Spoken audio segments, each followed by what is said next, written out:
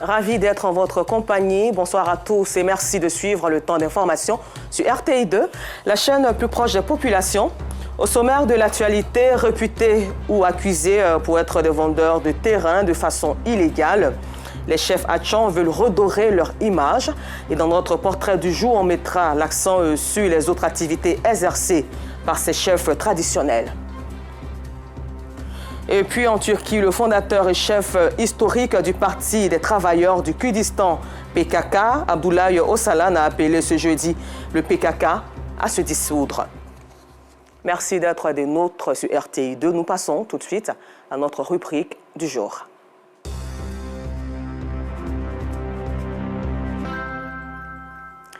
Le chef du village, les rois et cantons sont des garants des sociétés africaines hiérarchiquement bien organisées. Ces élus de Dieu, selon la religion, avaient des activités génératrices de revenus, chants, commerce et bien d'autres. Cette tradition se perpétue en pays Akan. Et chez les Hatchans, l'opinion publique pense que cette valeur a perdu son essence. Les chefs ne travaillent plus et se sont même transformés en agents immobiliers vu les conflits fonciers dans les différents villages. Magès Nangui et bien d'autres chefs sont universitaires, gagnent bien leur vie et veulent transmettre d'autres valeurs à la nouvelle génération pour une paix durable dans le pays Hatchan. Le portrait de Magès Nangui, chef du village de Songon d'Agbé, entrepreneur, avec notre équipe de reportage constituée de Théodore Zouzou, Jitonian, Sidiki Ouattara et Eliane Nguessa. Ce monsieur échangeant avec cette femme se nomme Magès Nangui. Il dit au revoir à son épouse avant de prendre son véhicule pour son lieu de travail.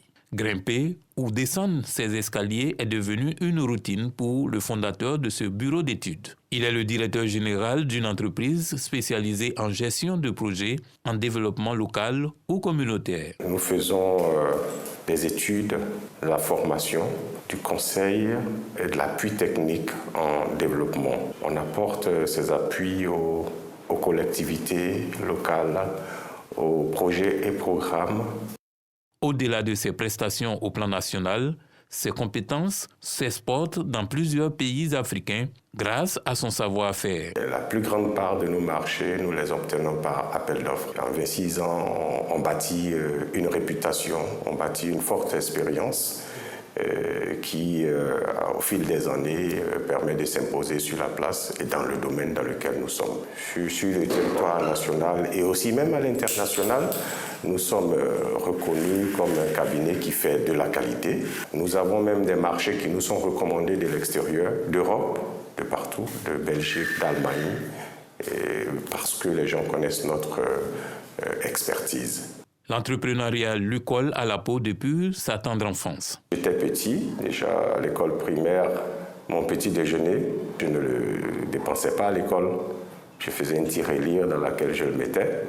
Et quand ça devenait beaucoup, j'achetais une boîte de lait et on fabriquait ce qu'on appelle les toffees que j'allais vendre à l'école. Après, quand je suis arrivé à l'université, j'achetais des articles que j'allais revendre. J'avais fait une petite boutique à l'université, dans ma chambre. Quand je suis sorti de l'université, j'ai travaillé dans quelques entreprises. L'ouverture de cette entreprise fait suite à un bon cursus universitaire. Je suis titulaire d'une maîtrise en sciences de gestion obtenue à l'université de Bouaké. Je suis de la toute première promotion de l'université de Bouaké, qui est aujourd'hui une université Alassane Ouattara. J'ai fait un Master 2 en développement durable, obtenu à l'université d'Abidjan. J'ai fait une formation de base et puis une formation de formateur en développement de chaînes de valeur. Le directeur général suit tout à la lettre et s'appuie sur la théorie d'Isabelle Filiosat. Fais-toi confiance. J'ai commencé tout doucement avec mon épouse. J'ai persévéré, je croyais dans mon choix. Ça n'a pas toujours été facile. On a eu des hauts et des bas. Mais j'y croyais et je suis resté là-dedans jusqu'à aujourd'hui. Aujourd'hui, son entreprise se porte bien et emploie plus de 150 personnes, dont sa propre fille comme directrice générale adjointe. Il faut dire que la collaboration se fait plutôt bien. Monsieur Nangui est quelqu'un de vraiment respectable dans le secteur d'activité dans lequel nous sommes. C'est quelqu'un de rigoureux aussi dans le travail. Et en même temps aussi, c'est quelqu'un qui est humain. Parfois même, j'ai comme l'impression qu'il oublie que je suis sa fille, que je suis qu'une simple collaboratrice. Voilà, parce qu'il a su mettre la différence entre famille et professionnel.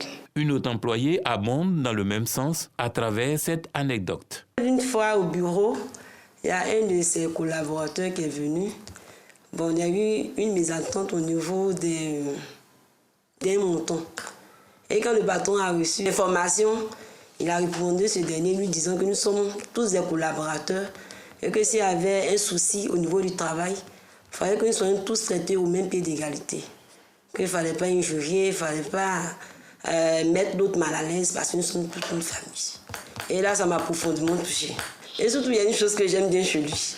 Il aime le travail très bien fait. Majès Nangui mène plusieurs autres activités, entre autres le BTP et l'enseignement.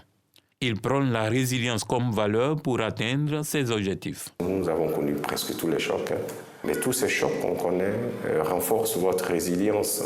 Vous réadaptez pour pouvoir traverser cette période de crise.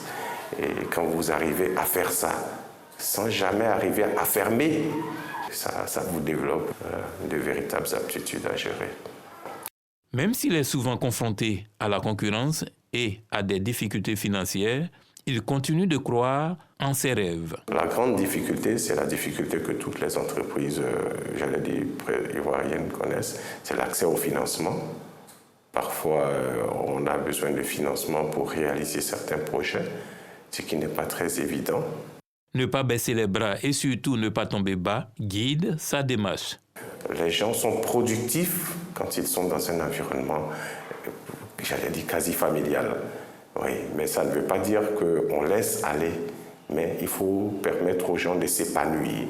Donc je crée cet environnement où tout le monde peut se parler. J'entre dans les bureaux, je parle de façon assez décontractée et ça met tout le monde à l'aise et je pense que ça contribue considérablement à l'atteinte des résultats.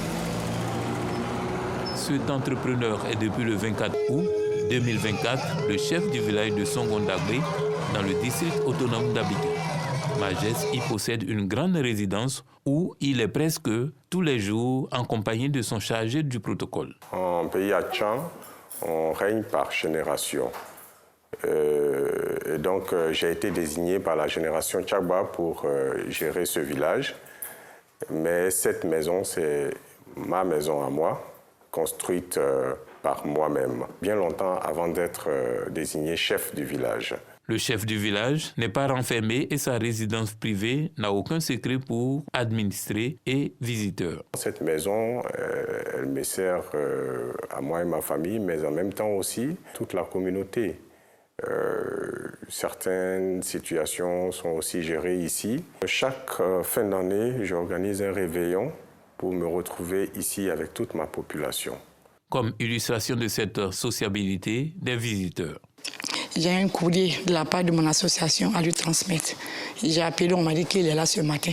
C'est la cause de mon arrivée ce matin ici. La famille réside à Abidjan.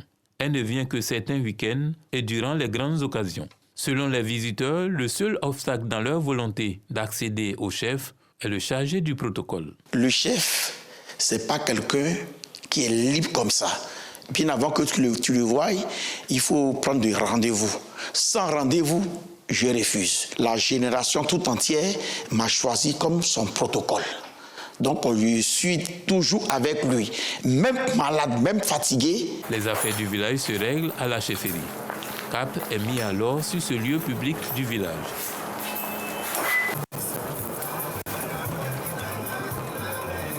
À l'ordre du jour de la rencontre, une affaire sociale. La démocratie est mise en œuvre avec l'intervention de toutes les composantes de leur société, ce qui amène le chef à entériner la décision consensuelle. La chefferie gère toutes les questions en lien avec la vie humaine. La parole est donc donnée à chaque génération pour s'exprimer sur un fait. Et à la fin, le dernier mot revient au chef du village, qui peut aller dans ce sens ou suggérer une autre orientation. Cette manière de faire les choses acquiert l'adhésion des membres du comité de gestion des affaires du village. C'est un jeune très calme.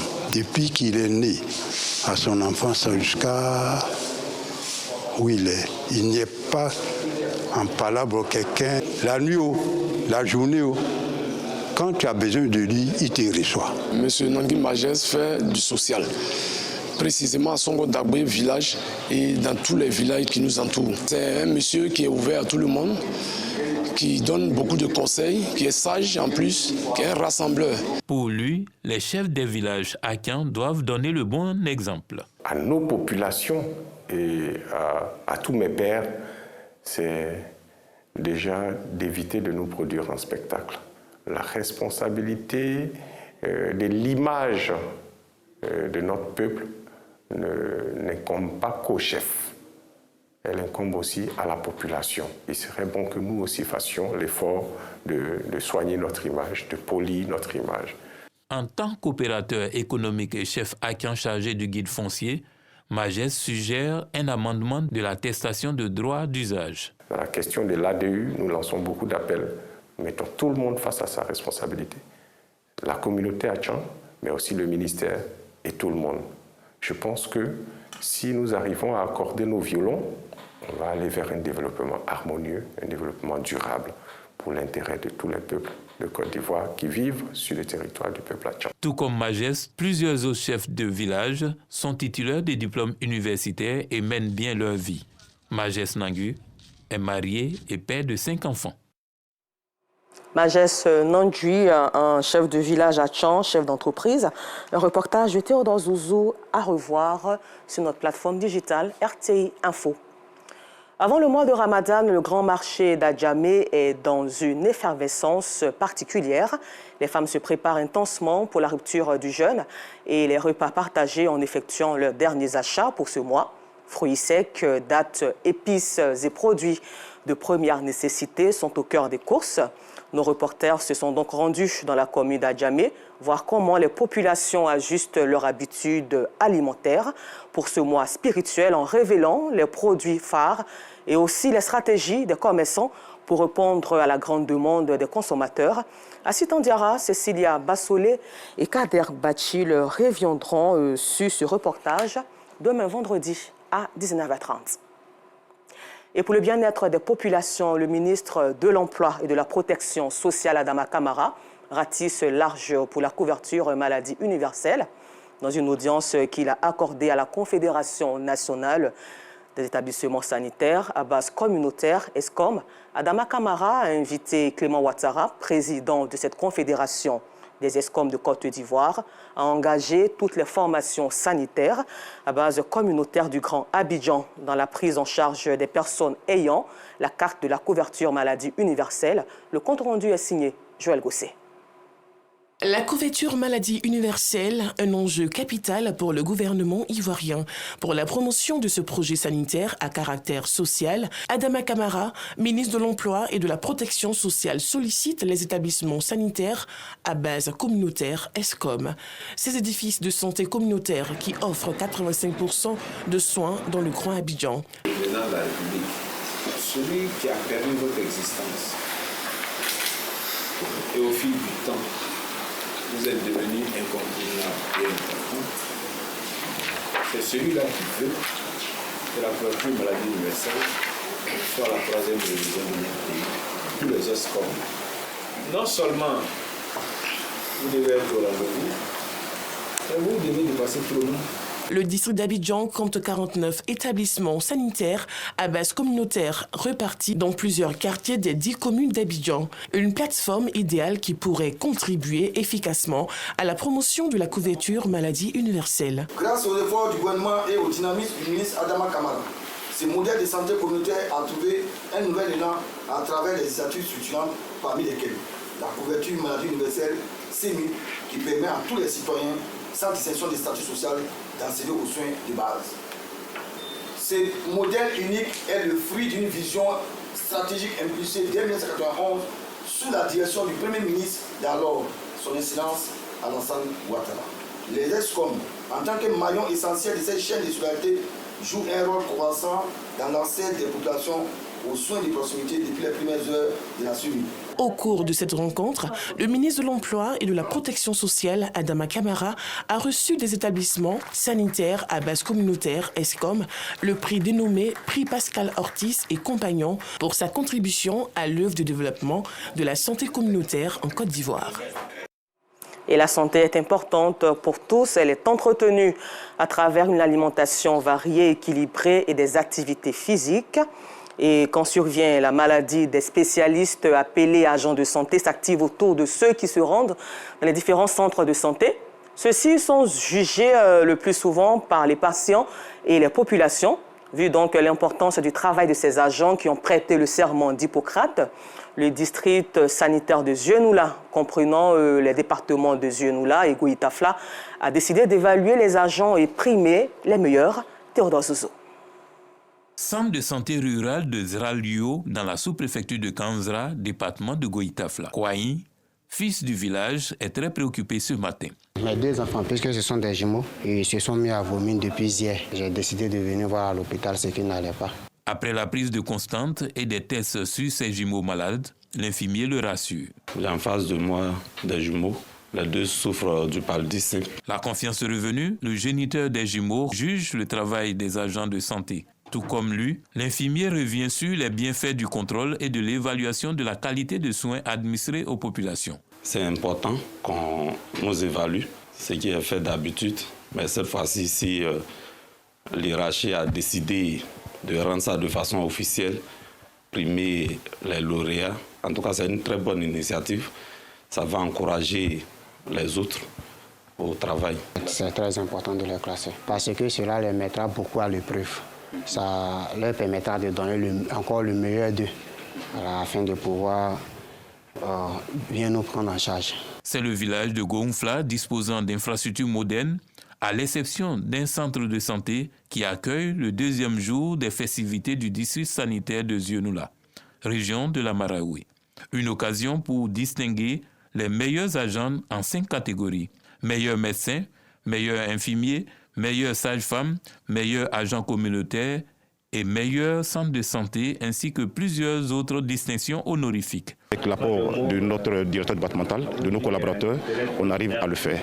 Je tiens encore à les dédier ce prix et on souhaiterait, à travers ce prix-là, accroître encore nos activités et nous inciter encore à plus de rigueur dans le travail et à plus de rigueur dans la qualité des prestations que nous offrons aux populations. J'ai décidé de promouvoir l'excellence, reconnaître le mérite des agents qui sont là tous les jours, par leur présence, par leur implication dans le travail, par leur qualité de soins. C'est un peu ça qui milite en faveur de ce prix d'excellence. Une valorisation des travailleurs qui acquiert l'adhésion du directeur des infrastructures, de l'équipement et de la maintenance du ministère de la Santé, de l'Hygiène publique et de la couverture maladie universelle, venu constater la possibilité de permettre à Gounfla d'avoir un centre de santé et répondre aux besoins des autres centres de santé du district sanitaire. Et le ministre se tient constamment aux côtés de ces hommes pour pouvoir servir les populations ivoiriennes. Quand nous avons la possibilité de répondre à leurs besoins, tant en termes de petits équipements qu'en termes de gros équipements.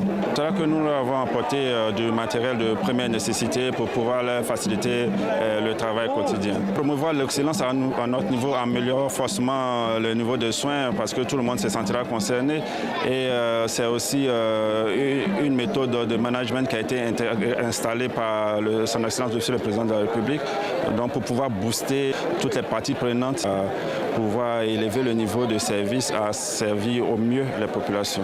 Moment de réjouissance et de convivialité entre agents de santé et population. Ces dernières, heureuses de savoir que leur localité est bien partie pour obtenir un système de santé plus résilient et plus proche d'elle. Ailleurs dans le monde, le fondateur et chef historique des partis des travailleurs du Kurdistan PKK, Abdoulaye Öcalan, a appelé ce jeudi 27 février le PKK à se dissoudre. Il a aussi appelé les combattants à déposer les armes. Et puis, dans le Moyen-Orient, plusieurs personnes ont été blessées ce jeudi par une voiture qui a foncé sur des piétons dans le nord d'Israël dans un attentat terroriste. Merci de nous avoir suivis. L'information revient demain à 12h30 sur RTI2.